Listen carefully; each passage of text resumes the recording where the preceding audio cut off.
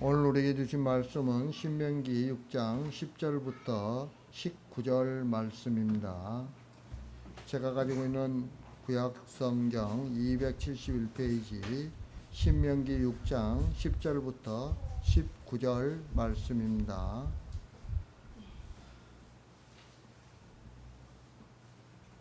제가 가지고 있는 구약 성경 271페이지 신명기 6장 10절부터 19절 말씀 한 절씩 교독하겠습니다. 내 하나님 여호와께서 내 조상 아브라함과 이삭과 야곱을 향하여 내게 주리라 맹세하신 땅으로 너를 들어가게 하시고 내가 건축하지 아니한 크고 아름다운 성읍을 얻게 하시며 내가 세우지 아니한 아름다운 물건이 가득한 집을 얻게 하시며 내가 파지 아니한 우물을 차지하게 하시며 내가 심지 아니한 포도원과 강남나무를 차지하게 하사 내게 배불리 먹게 하실 때에 너는 조심하여 너를 애굽 땅 종 되었던 집에서 인도하여 내신 여호와를 잊지 말고 내 하나님 여호와를 경외하며 그를 섬기며 그의 이름으로 맹세할 것이니라. 너희는 다른 신들 곧 내 사면에 있는 백성의 신들을 따르지 말라. 너희 중에 계신 너희의 하나님 여호와는 질투하시는 하나님이시니 너희의 하나님 여호와께서 내게 진노하사 너를 지면에서 멸절시키실까 두려워하노라. 너희가 마사에서 시험한 것 같이 너희의 하나님 여호와를 시험하지 말고 너희의 하나님 여호와께서 너희에게 명하신 명령과 증거와 규례를 삼가 지키며 다 같이 여호와께서 보시기에 정직하고 선량한 일을 행하라. 그리하면 내가 복을 받고 그 땅에 들어가서 여호와께서 모든 대적을 내 앞에서 쫓아내시겠다고 내 조상들에게 맹세하신 아름다운 땅을 차지하리니 여호와의 말씀과 같으니라. 아멘. 오늘 말씀은 가나안 땅의 축복을 누리게 될 이스라엘 백성들이 그곳에 평안과 풍요에 젖어서 하나님을 잊어버리고 불신앙적인 태도에 빠져서는 안 된다는 것을 경고하고 있습니다. 모세는 이스라엘 백성들로 하여금 가나안 땅에서 누리게 될 축복 그 자체보다 그런 축복을 베푸시는 하나님께 관심을 집중하도록 촉구하고 있는 거죠. 이 같은 모세의 교훈은 육체적 평안과 물질적 풍요를 얻게 될 가나안 땅에서의 나태해지기 쉬운 신앙 자세에 대한 경고인 거죠. 이것은 오늘날 풍요로운 물질 문명의 이기 속에 살고 있는 우리에게도 같은 교훈으로 다가오고 있다는 사실 우리는 기억해야 하는 겁니다. 그러면 오늘 말씀이 우리에게 주는 교훈이 무엇인지 우리가 알아보도록 하겠습니다. 자, 10절과 11절 말씀 다 같이 10절과 11절 말씀 다 같이 시작. 하나님 여호와께서 내 조상 아브라함과 이삭과 야곱을 향하여 내게 주리라 맹세하신 땅으로 너를 들어가게 하시고 내가 건축하지 아니한 크고 아름다운 성읍을 얻게 하시며 내가 채우지 아니한 아름다운 물이 가득한 집을 얻게 하시며 내가 파지 아니한 우물을 차지하게 하시며 내가 심지 아니한 포도원과 감람나무를 차지하게 하사 내게 배불리 먹게 하실 때에. 아멘. 이 말씀은 이스라엘 백성이 가나안 땅에 들어가서 살 때 하나님께서 어떻게 하실 것인가에 대해 말씀하고 있죠. 이것은 이스라엘 백성에게 있어서는 꿈 같은 이야기이죠. 왜냐하면 그들은 단 한 번도 그런 복된 생활을 경험해 본 적이 없었기 때문에 그래요. 그들은 이제까지 험준한 광야에서만 살아왔던 사람들이죠. 풀 한 폭이 찾아보기 힘든 메마른 광야에서 임시처소인 장막에 거하였고, 그런 늘 똑같은 음식에 모자란 물 때문에 쪼들린 생활을 해야만 했던 사람들이에요. 그런 그들에게 언제나 푸른 나무 그늘이 있는 곳, 또 잘 닦여진 대로와 잘 지어진 집들이 있는 크고 아름다운 성읍이 있는 곳, 그리고 언제라도 배불리 먹을 수 있는 다양한 과실들이 여기저기 풍성하게 있는 그런 곳이 얼마나 큰 소망이었겠어요. 그런데 하나님께서는 바로 그런 곳을 이스라엘 백성들에게 기업으로 주신다고 말씀하고 계신 거죠. 따라서 이 말씀만 보면 하나님의 은혜가 이런 거구나, 이게 하나님의 은혜구나 라는 생각이 절로 들게 되는 거죠. 만약 여러분에게 이런 은혜가 주어진다면 어떻게 할까요? 어떻게 하시겠어요? 하나님께서 너희에게 이렇게 해줄 테니 나만 섬길 수 있냐고 물으신다면 여러분들은 뭐라고 대답하겠습니까? 대부분의 사람들은 예라고 자신 있게 대답하지 않겠어요? 제가 또 다른 이야기 한번 들어볼까요? 여러분들에게 새벽기도 나올 때마다 매일 150만 원씩 준다고 하면 새벽기도 빠질 사람 있습니까? 없습니까? 없어요. 안 그러면 여러분들에게 그것 너무 과하면 한 달에 150만 원씩 주겠다. 가정에도 두 사람만 나오면 300만 원이잖아요. 여러분들 빠질 사람 있어요? 예. 그렇잖아요. 여러분, 하나님께서 나에게 뭔가를 갖다 풍성하게 해주면 내가 신앙생활을 정말 잘해보겠다. 내가 돈을 잘 벌게 해주면 하나님께 열심히 봉사하고 열심히 신앙생활 하겠다. 이런 생각들을 우리가 가지고 있단 말이에요. 왜 그럴까요? 왜냐하면 신앙생활을 내가 지금 잘못하고 있는 것이 돈이 없고 힘들어서라고 생각하기 때문에 그런 거예요. 그래서 돈만 많이 주고 어려움만 없다면 하나님을 믿지 못할 이유가 없다고 생각하는 거죠. 대부분의 사람들이 그렇게 생각하지 않겠어요? 여러분, 그러나 그것은 잘못된 생각이에요. 굉장히 잘못된 생각입니다. 인간이 어떤 존재인가를 모르고서 하는 말이에요. 만약 인간이 풍족한 것이 주어졌을 때 하나님께 감사하면서 하나님만 신앙하며 살아갈 수 있다면 굳이 오늘과 같은 말씀을 하지 않았을 거예요. 여러분, 12절 말씀 한번 읽겠습니다. 12절 말씀 다 같이 신명기 6장 12절 말씀 다 같이 시작. 너는 조심하여 너를 애굽 땅 종 되었던 집에서 인도하여 내신 여호와를 잊지 말고. 아멘. 여러분, 이렇게 말씀하신 이유는 인간이 풍족하고 넉넉하면 하나님을 잊어버리고 산다는 것을 전제로 하신 말씀이에요. 여러분, 잠언 31장 8절 하반절부터 9절 상반절에 보면 이렇게 말씀하세요. 나를 가난하게도 맛이 없고 부하게도 맛이 없고 오직 필요한 양식으로 나를 먹이시옵소서. 혹 내가 배불러서 하나님을 모른다. 여호와가 누구냐 할까 하오며 라고 이야기해요.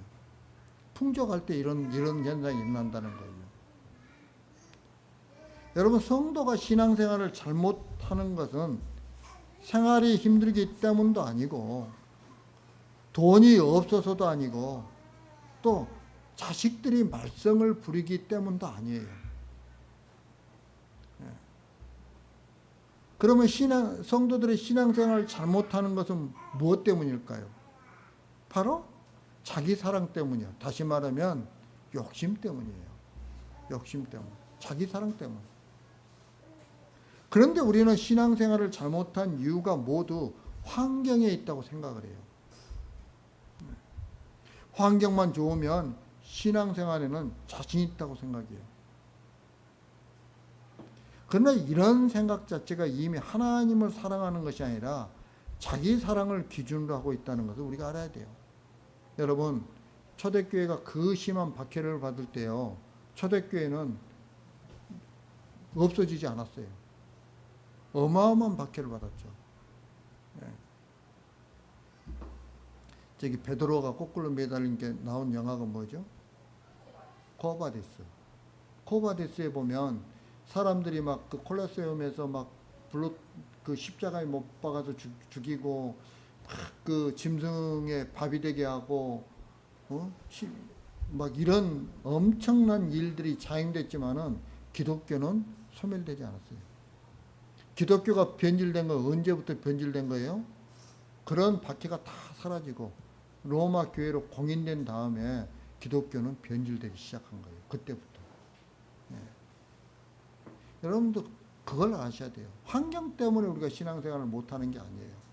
오히려 그 환경은 우리로 하여금 하나님 앞에 바로 서도록 만들어요. 네. 여러분, 인간은 모두 자기를 사랑하며 살아가요. 입으로는 하나님을 사랑한다고 말해요. 하지만 그것은 내가 평안하고 넉넉한 가운데서 나오는 여유인 경우에만 그래요. 대부분이 그래요. 그렇기 때문에 조금만 어려우면 어떻습니까? 금방 낙심해요. 뿐만 아니라 그 하나님을 사랑한다고 말했던 그 입으로 하나님에 대한 원망이 나오게 되는 거죠. 그 이유는 그 사람의 사랑이 절대적 사랑이 아니라 상대적 사랑이기 때문에 그런 거예요. 다시 말하면 조건에 따라서 달라지는 사랑. 여러분, 성경은 이것을 믿음이라고 말하지 않아요. 이것은 하나님 사랑이 아니에요. 여러분, 믿음은 절대적인 거예요. 우리가 성경에서 절대적인 게 뭐가 있을까요? 간단히 예를 들면 하나님이 우리를 창조하셨어요. 이건 변하지 않은 불변이에요. 절대적인 거예요. 여러분, 이것만으로 우리는 평생을 하나님께 복종해야 할 근거가 마련된 셈이죠. 왜? 우리는 피조물이고 하나님은 창조주세요. 우리 하나님은 창조주세요. 우리는 피조물이고요. 아주 명확하잖아요. 상황과 여건을 보면서 복종할 만하면 복종하는 것은 상대적인 거죠. 나에게 손해가 없을 것 같으면 복종하는 것은 복종하는 채 하는 것이지, 그것은 절대적인 신앙에서 나오는 복종이 아니라는 거예요. 이런 사람은 상황과 여건이 자기에게 불리해지면 얼마든지 하나님을 멀리할 사람이에요. 이것이 바로 자기 사랑하는 사람이에요. 제가 군에 있을 때 옆에 있는 동료 전우하고 이렇게 이야기할 때 그 중령들이었어요. 사단 참모들이었으니까. 그때 한 참모가 그런 이야기를 해요. 같이 전부 다 교회 다니는 사람들이었어요. 다 교회 집사들이었어요. 네. 그때 나에게 3억만 주면 그 당시에 나는 예수 안 믿는다. 예수 믿지 말라고 나에게 3억 주면 나는 예수 안 믿는다고 했어요. 네. 그건 신앙이 없는 거죠. 성도가 오직 하나님만 경외하고 섬겨야 할 근거는 또 하나가 있죠. 여러분, 12절 상반절에 보면 이렇게 말씀하고 있죠. 너는 조심하여 너를 애굽 땅 종 되었던 집에서 인도하여 내신이라고 말씀하고 있어요. 그냥 그런 거 다 빼버리고 배부를 때 여호와를 잊지 말라. 너가 부자일 때, 풍족할 때 여호와를 잊지 말라. 라고 이렇게 하면 되는데 왜 굳이 애굽 땅 종 되었던 집에서 인도하여 내신이라는 그 설명을 붙이고 있을까요? 무슨 의미가 있기 때문에 붙였을 거 아니에요. 그죠? 그 이유는 이스라엘이 애굽에서 출애굽할 때 당시의 상황을 보면 우리가 알 수 있다는 거예요. 그것은 애굽에서 출애굽한 것이 이스라엘 민족이냐 아니면 어린 양의 피 때문에 살아난 사람이냐는 거예요. 여러분, 어떤 게 맞습니까? 네? 네. 단지 이스라엘 민족이라고 우리가 생각을 하면, 우리 보통 그렇게 생각하는 사람들이 많아요. 이스라엘 민족이라고 생각하면 하나님은 이스라엘 민족의 하나님이 되시는 거죠. 그러나 어린 양의 피로 살아난 사람들이라고 우리가 생각을 하면, 그렇게 우리가 믿고 있으면 그 하나님은, 우리가 말하는 하나님은 어린 양의 피가 묻어 있는 자들의 하나님이 되시는 거죠. 네. 여러분, 애굽에서의 마지막 재앙은 장자의 죽음이에요. 여러분, 그 장자의 죽음은요, 우리가 분명히 알아야 될 게 뭐냐면 이스라엘과 애굽의 구분이 없어요. 제가 이렇게 이야기하면 아이 목사님 무슨 소리 합니까? 이스라엘 백성들은 다 살았는데요 하고 이야기하시겠죠. 하나님께서는 애굽의 장자만 죽이신 것이 아니라 누구든지 어린 양의 피가 문설주와 임방에 묻어 있지 않으면 다 죽였어요. 그런데 문설주와 임방에 어린 양의 피가 묻어 있으면 그 장자는 안 죽여요. 넘어가는 거예요.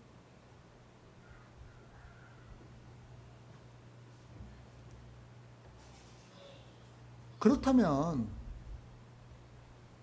여러분 한번 가만히 한번 생각을 해보세요. 결국 하나님은 이스라엘과 애굽의 구분이 없다는 거예요. 다시 말하면 모두가 죽어야 하는데 유독 어린 양을 잡아가지고 그 피를 바른 사람만 살았다는 거예요. 그렇다면 이들의 생명의 근거가 어디에 있는 거예요? 어린 양의 피에 있다는 거죠. 이들은 더 이상 애굽의 것으로 사는 사람들이 아니에요.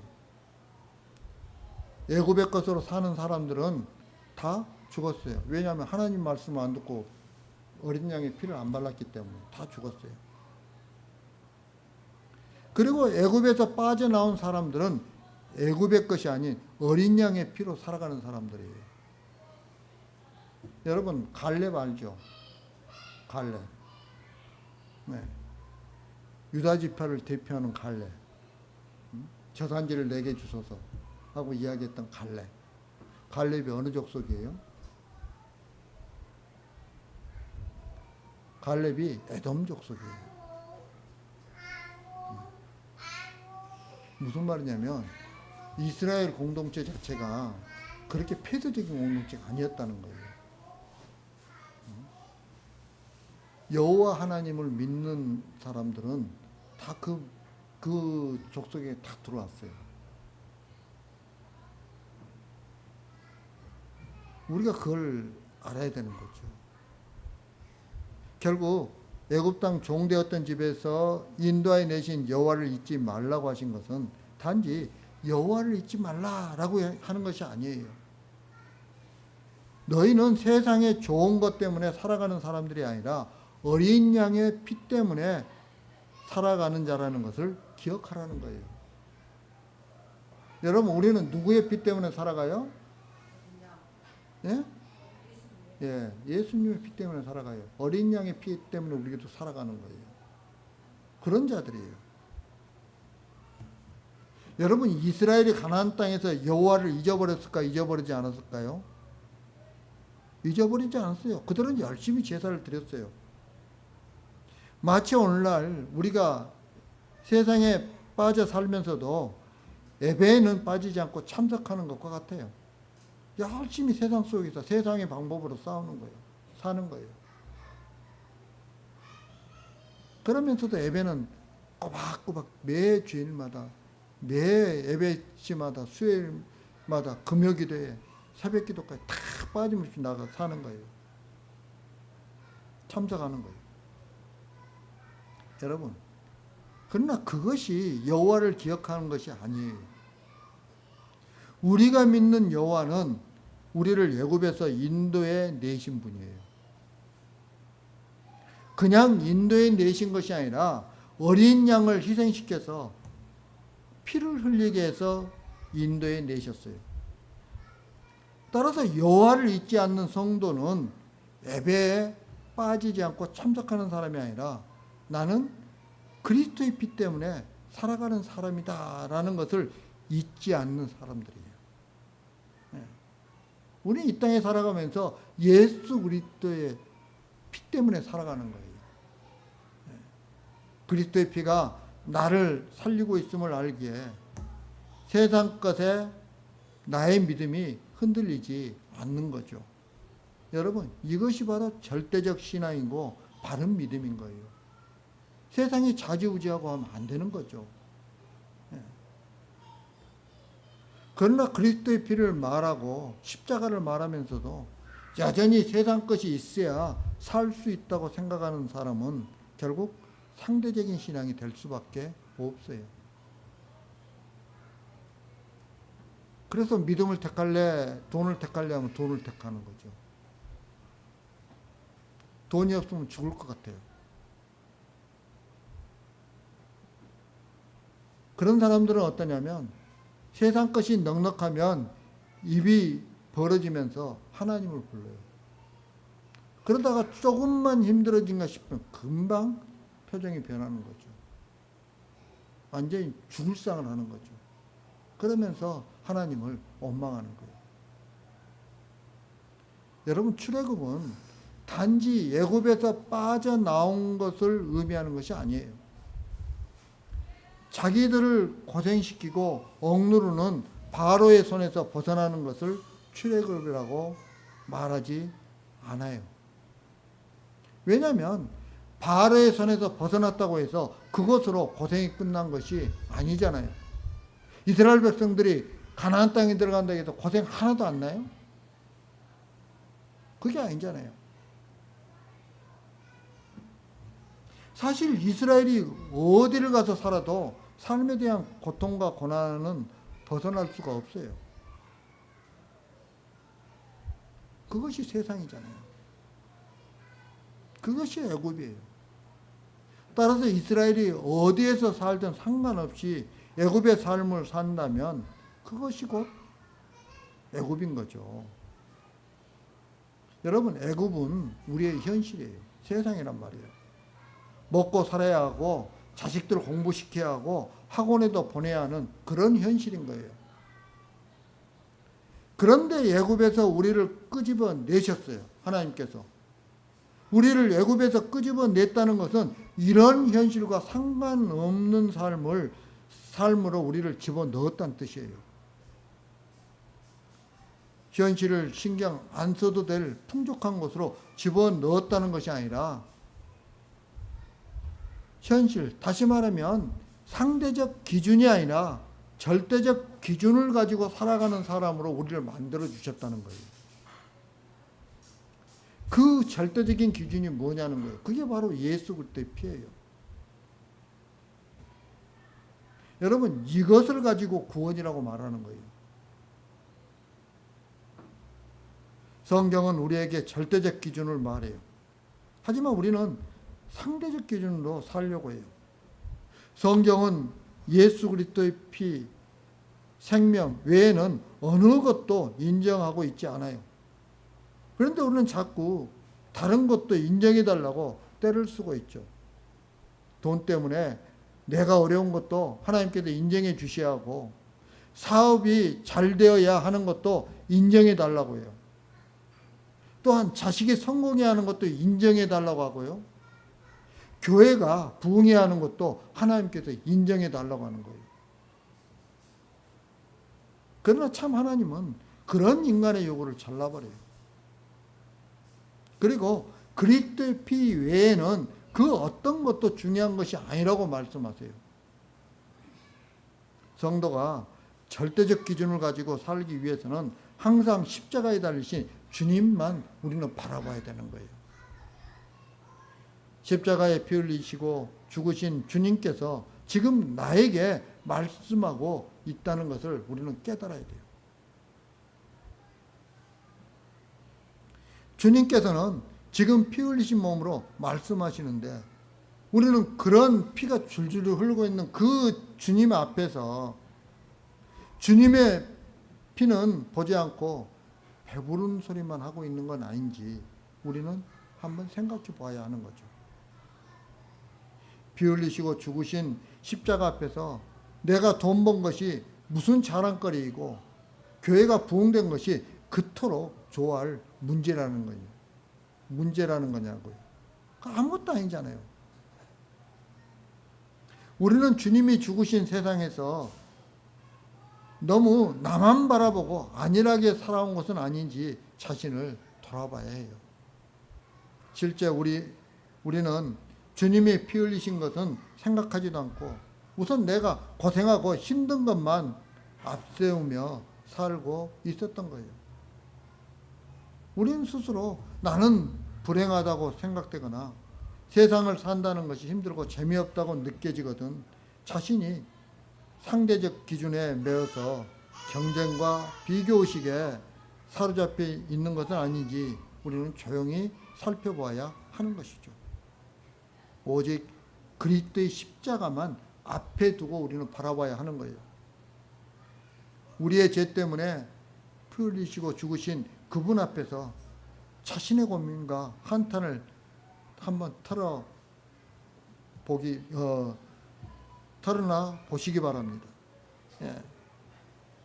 그러면 그리스도의 생명에 절대적 기준을 두지 못한 자신이 보이고 그리고 그 자신이 미워지게 되는 거죠.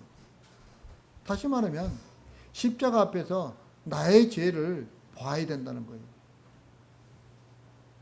여러분, 내 죄가 보일 때 그 다음에는 뭐가 나와요?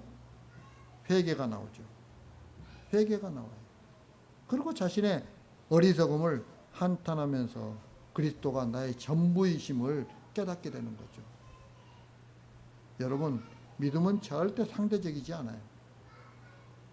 인간의 좋고 나쁨을 뛰어넘는 것이 믿음이에요.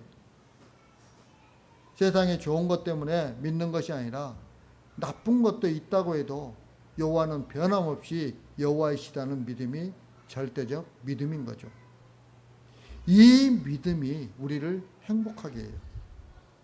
왜냐하면 나쁜 것 속에도 인간의 생각으로는 감히 측량할 수 없는 하나님의 선하신 뜻이 있음을 의심하지 않기 때문에 그래요. 나에게 어떤 어려움이 닥쳤을 때 하나님의 뜻이 어디 있지 하고 물어볼 수 있다는 우리는.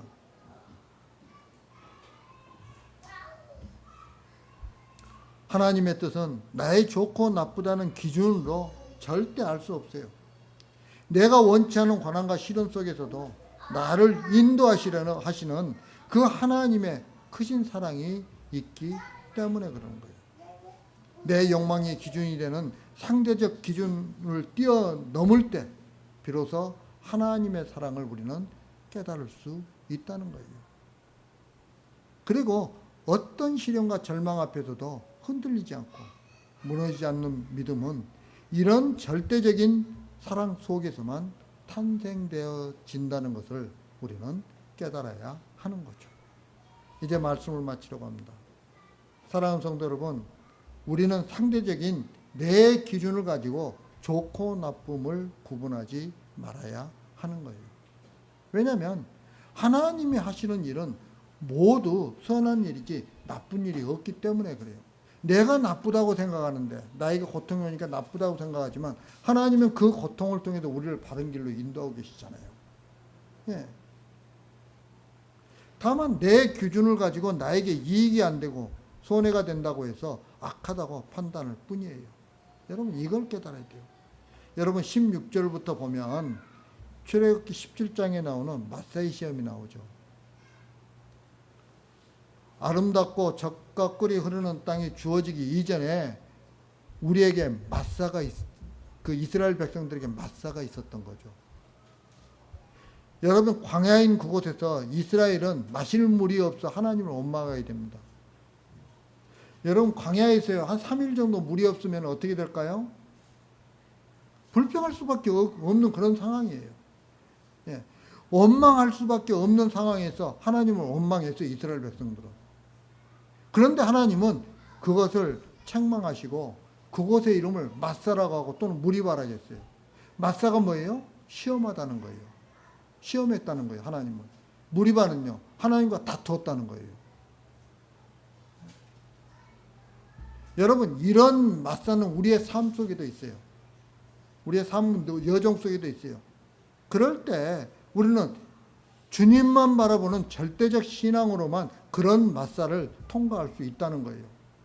따라서 주님만 바라보는 신앙으로 살아가는 우리 모두가 되길 주님의 이름으로 축복합니다.